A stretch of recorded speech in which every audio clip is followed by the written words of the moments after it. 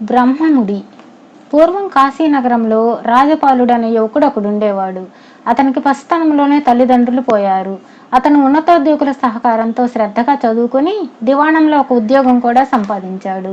ఉద్యోగం దొరికాక రాజపాలుడికి పెళ్లి మీద బుద్ధి మళ్ళింది. తల్లిదండ్రులు ఉన్నట్లయితే అతనికి అదివరకే పెళ్లి అయి ఉండేది. ఈ పాటికి భార్య కాపురానికి వచ్చి సంసారం ఏర్పాటై ఉండేది. భార్య లేని కారణం చేత అతను ఇంకా సత్రంలో భోజనము, మఠంలో నిద్ర అన్నట్లుగా జీవితం గడపవలసి వచ్చింది. ఇతరుల సహాయం లేకుండా పెళ్లాడడం సాధ్యం కాదని తెలుసుకొని రాజపాలుడు తన మిత్రుడొక్కడితో తన మనసులో ఉన్న మాట చెప్పుకున్నాడు. ఫలానా న్యాయాధికారికి ఒక పెళ్లి కావాల్సిన కూతురున్నది. అన్ని విధాలా నీకు తగిన పిల్ల. ఇవాళ రాత్రి నేను వారికి నీ విషయం చెప్పి శతవిధాలా వారిని ఒప్పిస్తాను. రేపు అరుణోదయం వేళకు మణికర్ణికా ఘట్టం వద్ద మెట్ల మీద మనం కలుసుకుందాం. నీవు అక్కడికి రా. నా ప్రయత్నం ఏమైనది నీకు చెబుతాను అన్నాడు మిత్రుడు.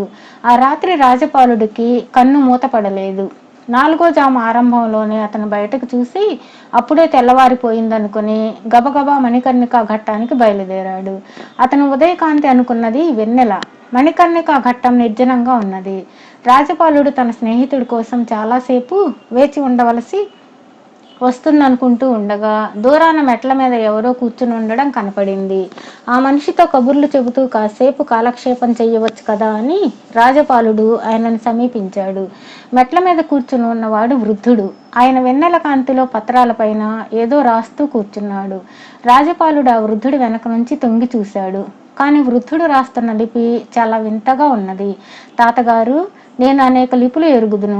మీరు రాస్తున్న లిపి ఏమిటో నాకేమాత్రం బోధపడలేదు అన్నాడు వృద్ధుడితో. వృద్ధుడు తల ఎత్తి చూసి, నీకెలా అర్థమవుతుంది? ఇది బ్రహ్మలిపి అని మళ్ళీ తన రాతలో తాను నిమగ్నమైపోయాడు. తమరు రాసేదేమిటి అన్నాడు రాజపాలుడు. సూర్యోదయం లోపుగా పుట్టే వాళ్ళ జాతకాలు అన్నాడు వృద్ధుడు తల ఎత్తకుండానే. ఆ వృద్ధుడు బ్రహ్మయ్య ఉంటాడా అని రాజపాలుడికి అనుమానం వేసి అంతులేని ఆశ్చర్యం కలిగింది. కొంతసేపటికి వృద్ధుడు రాయడం పూర్తి చేసి పత్రాలు కట్టకట్టి ఒక పక్కన పెట్టి రెండో పక్క నుంచి ఒక సంచి తీసి అందులో నుంచి ఎర్రపోగులు తెల్లపోగులు తీసి వాటికి ముడులు వేయసాగాడు. తాతగారు, మీరు వేసే ఆ ముళ్ళేమిటి అని రాజపాలుడు అడిగాడు. బ్రహ్మముళ్ళు. ఏ పురుషుడికి ఏ ఆడది రాసిపెట్టి ఉన్నదో వాళ్లకు ముళ్ళు పెట్టేస్తున్నాను అన్నాడు వృద్ధుడు. తన పని తాను చేసుకుంటూ ఉన్నాడు. అయితే నాకు ఎవరు ముడిపడి ఉన్నది తమకు తెలిసే ఉంటుంది కదా. మరి కాసేపటిలో నా వివాహం స్థిరమైనట్లు వార్త వస్తుందని ఎదురు చూస్తున్నాను అన్నాడు రాజపాలుడు. వృద్ధుడు తల ఎత్తి అతని కేసి చూసి, నీ పెళ్లి ఇంతలో జరగదు. నీకు కాబోయే భార్య ఇప్పుడు ఇంకా 3 ఏళ్ల పిల్ల. ఆ పిల్లకు 17వ ఏడు వచ్చేదాకా మీ ఇద్దరికి వివాహం జరగదు అన్నాడు. ఇంకా 14 ఏళ్ల దాకా నా పెళ్లి కాదా? ఎంత దారుణం! నేను నమ్మను అన్నాడు రాజపాలుడు.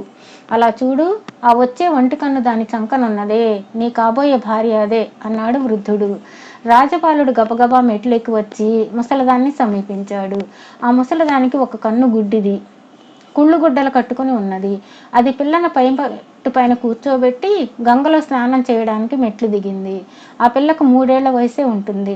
ఆ పిల్ల ఆ ముసలిదాని కూతురై ఉంటుందేమో. ఆ పిల్ల తనకు భార్య అవుతుందంటే రాజపాలుడికి భరించరాని రోత కలిగింది. వృద్ధుడి కోసం చూస్తే ఎక్కడా కనబడలేదు. ఆ వృద్ధుడి మాటలు నమ్మాలో నమ్మరాదో రాజపాలుడు నిర్ణయించుకోలేకపోతున్నాడు. ఆ పిల్లను చంపేస్తేనే గాని అతనికి మనసు స్థిమిత పడేటట్లు లేదు. అతను తన మిత్రుడి కోసం ఇంకా వేచి ఉండదలచలేదు. అతను తలపెట్టిన పని నెరవేరి ఉంటే అతను లోగడ చెప్పినట్లు ఈ పాటికి వచ్చి తనను కలుసుకునేవాడే. తన పని జరిగి ఉండేది. అలా అనుకుని రాజపాలుడు ఊళ్ళోకి బయలుదేరాడు. కొద్ది దూరం వెళ్లేసరికి అతనికి తెలిసిన దివాణం నౌకరొకడు కనిపించాడు. రాజపాలుడు వాణ్ణి దగ్గరకు పిలిచి, ఒరేయ్, చిన్నపిల్ల రూపంలో ఒక పిశాచి ఉన్నది. దాన్ని కత్తితో పొడిచి చంపావంటే నీకు 10 రూపాయలు బహుమానం ఇస్తాను అన్నాడు. పిశాచిని చంపాల్సిందే, మరి అది ఎక్కడ ఉన్నదో చూపించండి, ఇప్పుడే చంపేసి వస్తాను అన్నాడు నౌకరు. రాజపాలుడు వాణ్ణి వెంటబెట్టుకుని వెనక్కి వచ్చేసరికి ఒంటికంటిది స్నానం పూర్తి చేసి పిల్లనెత్తుకుని నది నుంచి వెళ్ళిపోతూ కనబడింది. అదుగో ఆ మనిషి చంకలో ఉన్న పిల్లే, నీ పని పూర్తి చేసి నా దగ్గరకు రా అని చెప్పి రాజపాలుడు శిశుహత్య కళ్ళారా చూడలేక అక్కడి నుంచి త్వరగా వెళ్ళిపోయాడు. నౌకరు ముసలిదాన్ని కలుసుకుని దాని వెనకనే నడుస్తూ చల్లగా కత్తి పైకి తీసి పిల్లను పొడవబోయే సమయానికి ముసలిదాని చంకలో ఉన్న పిల్ల దైవకంగా వాడికేసి పెద్ద పెద్ద కళ్ళతో చూసింది. ఆ కళ్ళు చూస్తే నౌకరుకు ఆమె మామూలు పిల్లే అనిపించింది. ఆ పిల్లను హత్య చేయడానికి వాడికి చేతులాడక ఎత్తిన కత్తితో పిల్ల కనుబొమ్మ మీదుగా చిన్న ఘాటు పెట్టి కాలిసత్తువు కొద్దీ అక్కడి నుంచి పారిపోయాడు. వాడు తరువాత రాజపాలుడి వద్దకు వెళ్ళి పిశాచిని చంపానని చెప్పి తన బహుమానం తాను పుచ్చుకున్నాడు. రాజపాలుడు శిశుహత్య చేయించినందుకు బాగానే పశ్చాత్తాపడ్డాడు, కానీ తనకు అలగా పిల్ల భార్య కాకుండా తప్పిపోయినందుకు చాలా సంతోషించాడు. అతను పెళ్లాడడానికి ఎన్నో ప్రయత్నాలు చేశాడు, కానీ ఒక్కటి కూడా కలిసి రాలేదు. ఏళ్లు దొర్లిపోయాయి. రాజపాలుడు ఉద్యోగంలో కూడా పైకి వచ్చాడు. 14 ఏళ్లు గడిచాయి. రాజపాలుడి పైన ఒక కొత్త న్యాయాధికారి వచ్చాడు.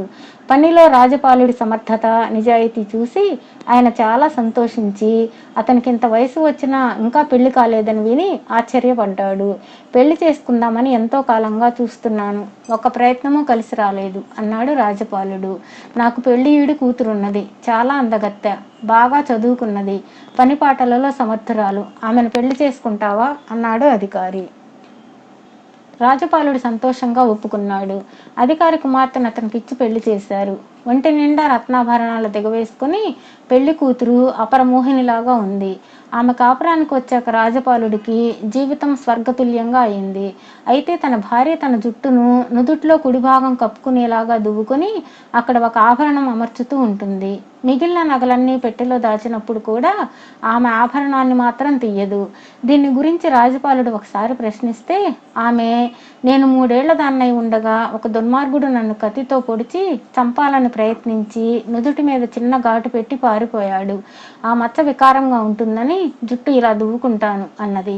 రాజపాలుడు నిర్ఘాంతపోయి, అయితే ఆ రోజు నేను నది దగ్గరికి ఎత్తుకు వచ్చిన ఒంటికంటిది మీ అమ్మ కాదా అని అడిగాడు. ఆ ప్రశ్న ఆమె మరింతగా నిర్ఘాంతపోయి, ఆ మనిషి మీకెలా తెలుసు? అది నన్ను పెంచిన దాది. నేను ఈ అధికారి సొంత కూతుర్ని కాను, అన్న కూతురును. నాకు కూడా మీలాగే చిన్నతనంలోనే తల్లిదండ్రులు పోయారు. ఆ ఒంటికంటి దాదే నన్ను పెంచి పెద్ద చేసింది. మా పినతండ్రి నన్ను పెంపుడు చేసుకున్నాడు అని చెప్పింది. రాజపాలుడు ఏమీ దాచకుండా తన భార్యతో జరిగిందంతా చెప్పాడు. ఆమె అతని దుస్సంకల్పాన్ని గురించి ఆగ్రహించక, అయితే మీరు ఆనాడు మణికర్ణికా ఘట్టంలో చూసినది నిజంగా బ్రహ్మదేవుడే అయి ఉంటాడు అన్నది.